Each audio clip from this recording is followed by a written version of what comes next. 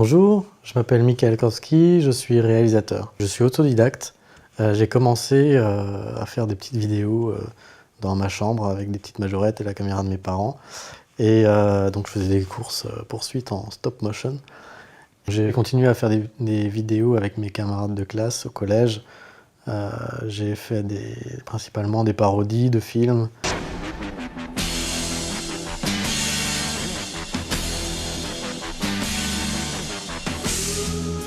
Des parodies de pubs. On aimait bien les inconnus, donc on faisait un petit peu le même délire. Et ensuite, au lycée, j'ai eu mes premières petites formations d'audiovisuel.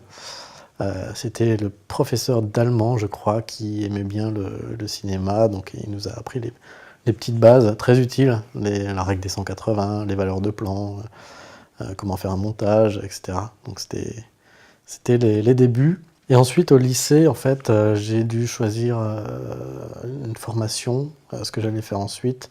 Je voulais d'abord faire une école d'audiovisuel, mais mes parents n'étaient pas très chauds pour ça, parce que c'était un domaine un petit peu particulier, qu'ils ne connaissaient pas et tout.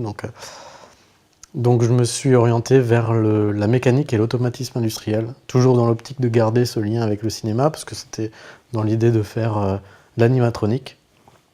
Et donc j'ai fait un BTS mécanique et automatisme industriel, et à côté de ça, j'ai toujours fait des courts-métrages, des projets perso ou des projets bénévoles. J'ai appris en fait sur le terrain, comme ça. Je me suis très vite orienté vers l'image et la réalisation. Et du coup, j'ai réalisé mon premier court-métrage perso qui était Sélection naturelle en 2012 avec des professionnels du milieu. Ça, c'était mon premier gros projet quand je suis arrivé à Strasbourg.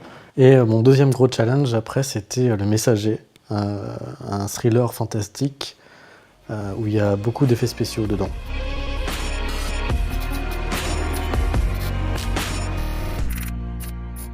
Et ensuite, j'ai co-réalisé avec Pierre Le Schleiter une comédie musicale qui s'appelle Dans l'air du temps.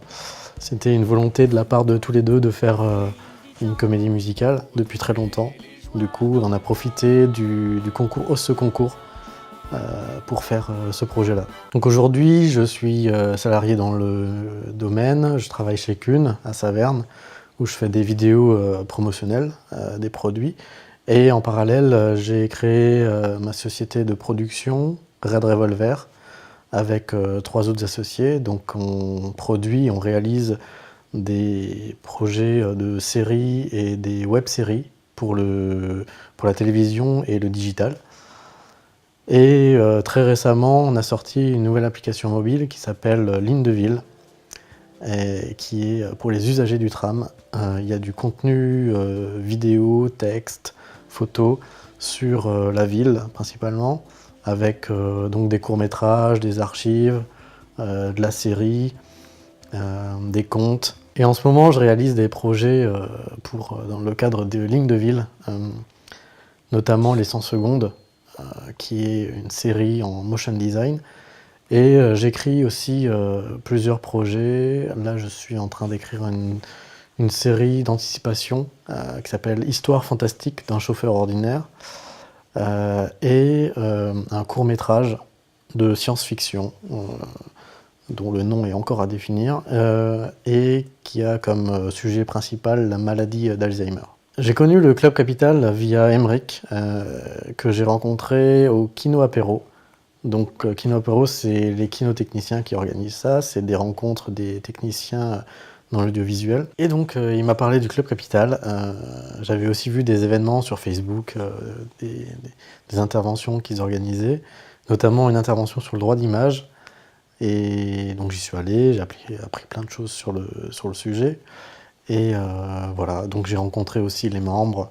Ce qui est sympa, c'est qu'il y a des membres vraiment de tous les secteurs d'activité. Il y a des graphistes, il y a des avocats, il y a des réalisateurs. Et donc cet échange permet aussi de découvrir les différents aspects de tous les milieux.